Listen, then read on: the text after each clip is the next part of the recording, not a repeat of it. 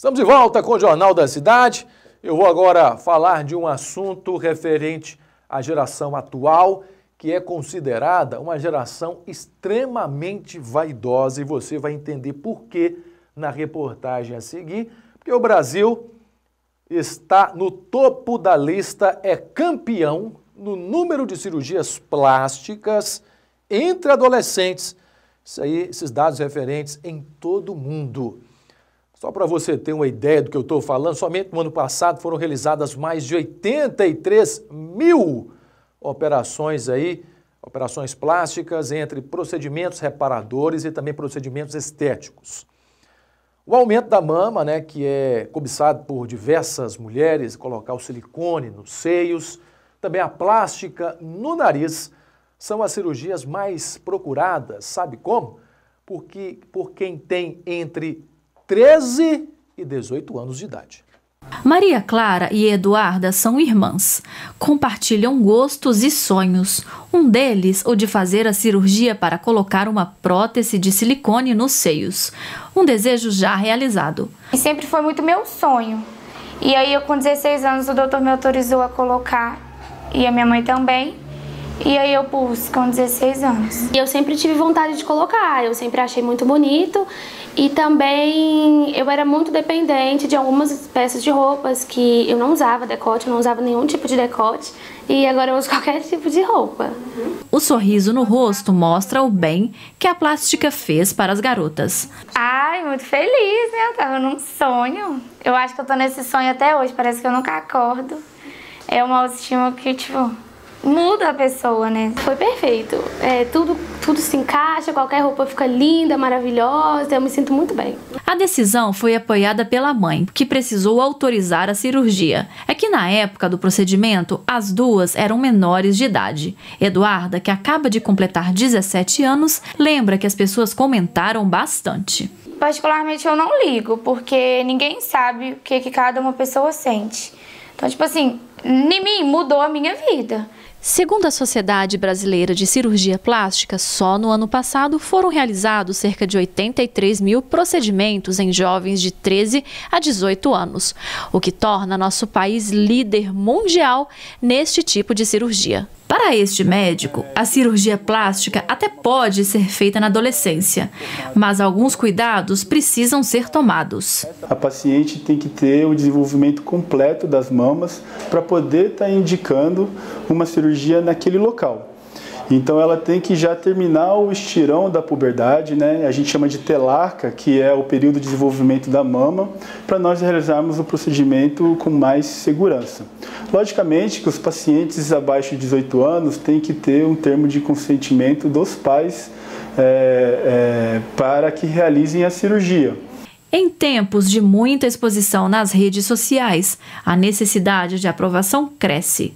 Com os adolescentes, essa necessidade é ainda maior. É uma necessidade de pertencer a uma turma, portanto, essa necessidade de pertença, eu pertenço a essa turma, Então, ser mais igual aquele grupo social que estamos frequentando, ou estamos enxergando, ou estamos, não importa se é frequentando fisicamente ou através das redes sociais. E o outro sentimento que nós temos, que é uma necessidade também de nos aprovar, de ter uma autoestima. E essa construção da autoestima, ela vem muito desta situação narcísica que vivemos hoje. Hoje a gente se vê o tempo todo. Mas como saber se a vontade de modificar o corpo por meio da cirurgia plástica é real ou apenas um capricho? Os profissionais dão as dicas.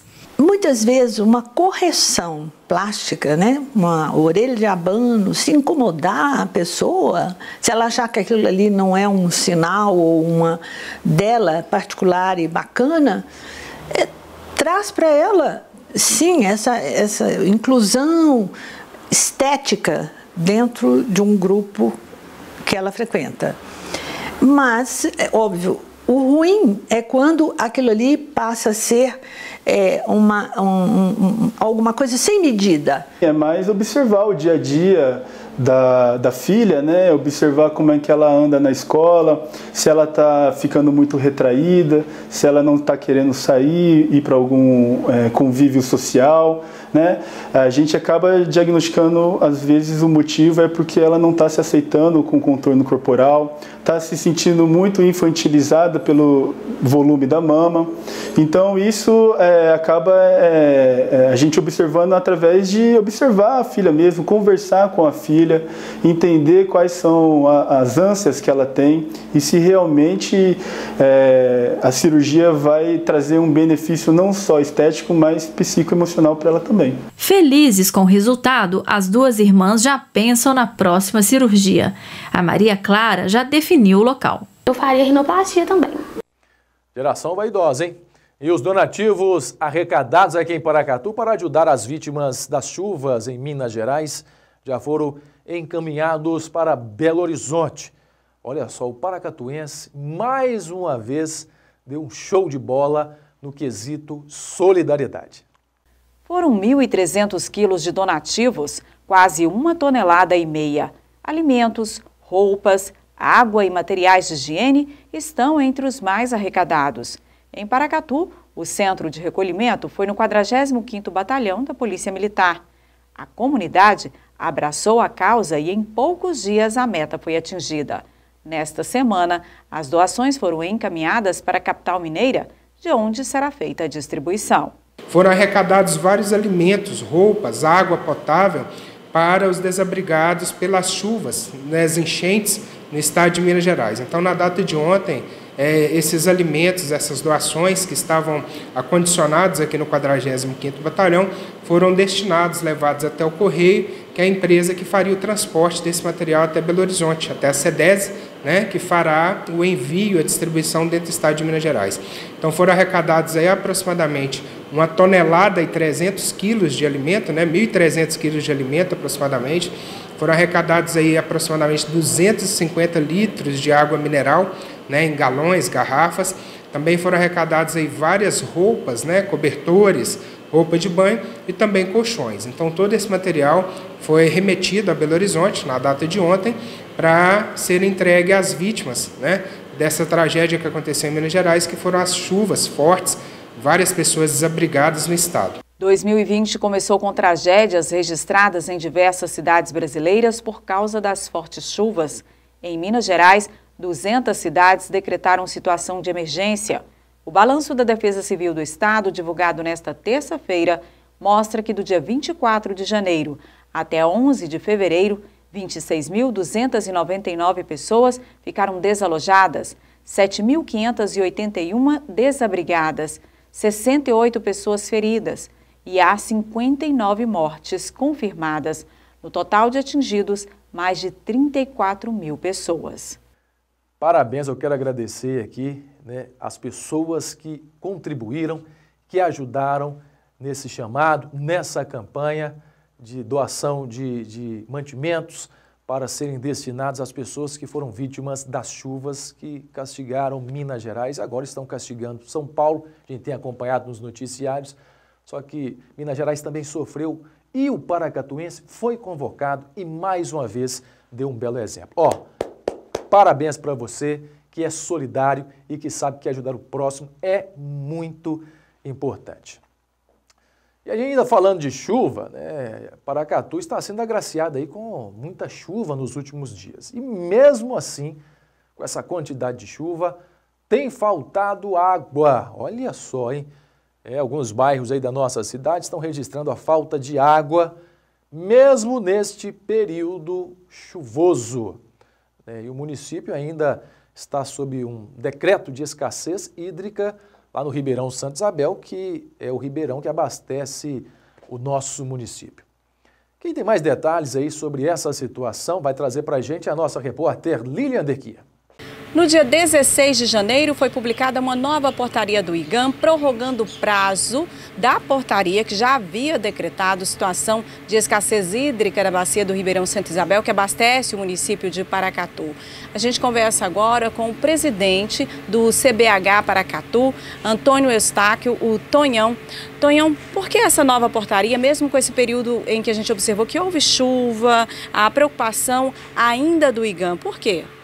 Olha, normalmente quando o IGAM declara situação de escassez hídrica numa bacia hidrográfica, é em cima de previsões no momento, né?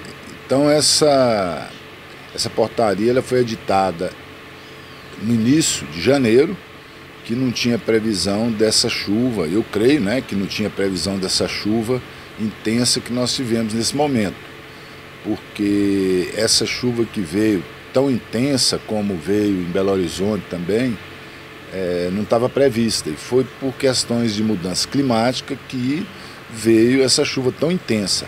Mas continua valendo essa portaria, porque se entende que nós corremos o risco de ter escassez hídrica na bacia do Santa Isabel, mesmo com essa chuva intensa. E o que essa portaria ela impõe? Quais são as principais obrigações que ela traz? Olha, a primeira questão é no sentido de que os usuários de água da bacia, por cima da captação de água que abastece Paracatu, eles têm que reduzir o uso, né? Por exemplo, se tiver algum uso por cima da captação para abastecimento público, tem que se reduzir em 20% a outorga, né, diária, né, de uso de água diário. E no caso de irrigação, 25%. Eles têm que reduzir. Suponhamos que um produtor rural tem uma outorga para usar 100 litros por segundo diariamente, ele tem que diminuir para 75 litros por segundo. E assim outros usos também tem que diminuir. Indústria, se tiver alguma indústria, que no caso nós não temos, e também outros usos. Agora, o uso principal que tem acima da captação de água da Copasa em Paracatu é para irrigação. Então eles têm que reduzir o uso em 25%. Então você observa que essa portaria, né, ela já foi prorrogada. A situação ali naquela região não tem apresentado melhoras? Qual a realidade hoje do Ribeirão Santa Isabel? Lília, a gente pode observar que através de uma estação telemétrica instalada na região de Santa Isabel, na captação mesmo ali, onde é captada a água para a cidade, essa estação ela está mostrando que de um dia para o outro a vazão diminui muito, né? Isso é porque a bacia não está com capacidade para absorver a água, porque a água que a gente vê nos rios, ela não se mantém devido à chuva, ela se mantém devido às nascentes que estão abastecidas e com isso mantém a vazão do corpo d'água. É por isso que tem essa oscilação tão grande. No caso da bacia do Santa Isabel, como toda a bacia do Rio Paracatu e as bacias hidrográficas de todos os rios do Cerrado, tem apresentado essa falta de manutenção dos corpos d'água, exatamente porque o Cerrado perdeu a capacidade de absorção de água. Só para a comunidade ter uma noção, a água que cai no Cerrado, na mata nativa, ela infiltra até 30%. Sem o Cerrado, tem casos que ela não chega a 10%. É por isso que a gente chega num certo período do ano, né, como os anos anteriores, desse ano que nós passamos até 2017, 2016, a gente via os rios bem baixos, porque as nascentes não tinham água suficiente para abastecer os corpos d'água. Né? Então, mesmo com chuva, corre-se o risco de não ter água na torneira? Exatamente. Inclusive, a gente falava muito isso no ano passado, né? Nas vezes que a gente pôde falar com vocês ou com a imprensa em geral, a gente falava, olha, essa chuva não quer dizer que a gente vai ter água na torneira. Isso aí tem acontecido porque o Cerrado perdeu a capacidade de absorção de água, exatamente por causa do desmatamento. Paracatu está chovendo, a chuva está aí, todo dia tem chuva e alguns bairros faltando água. Então, o espaço está aberto aí, a Copasa também pode se manifestar, a nossa produção está tentando um contato, mas o espaço está aberto aí para a Copasa se pronunciar, explicar melhor aí o porquê dessa falta de água, uma vez que está chovendo. E por falar em chuvas, vamos dar uma olhada aí como vai ficar o tempo na tarde de hoje aqui em Paracatu e também nas cidades da região. De acordo com o site Clima Tempo, a quarta-feira na região será de sol com algumas nuvens. Chove rápido durante o dia e a noite. Em Paracatu e Vazante, mínima de 20, máxima de 30 graus. Em João Pinheiro, mínima de 19, máxima de 29.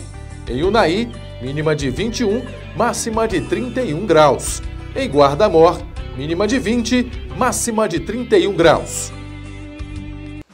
Você vai ver a seguir que o Senado aprovou um projeto de lei que prevê que agressores de mulheres passem por reabilitação. Homem é preso após matar uma mulher a pauladas e pedradas no bairro Paracatuzinho. O motivo disso, dívidas com o tráfico de drogas. E ainda morre vítima de tiroteio registrado no fim de semana no bairro Vila Mariana. Eu volto já.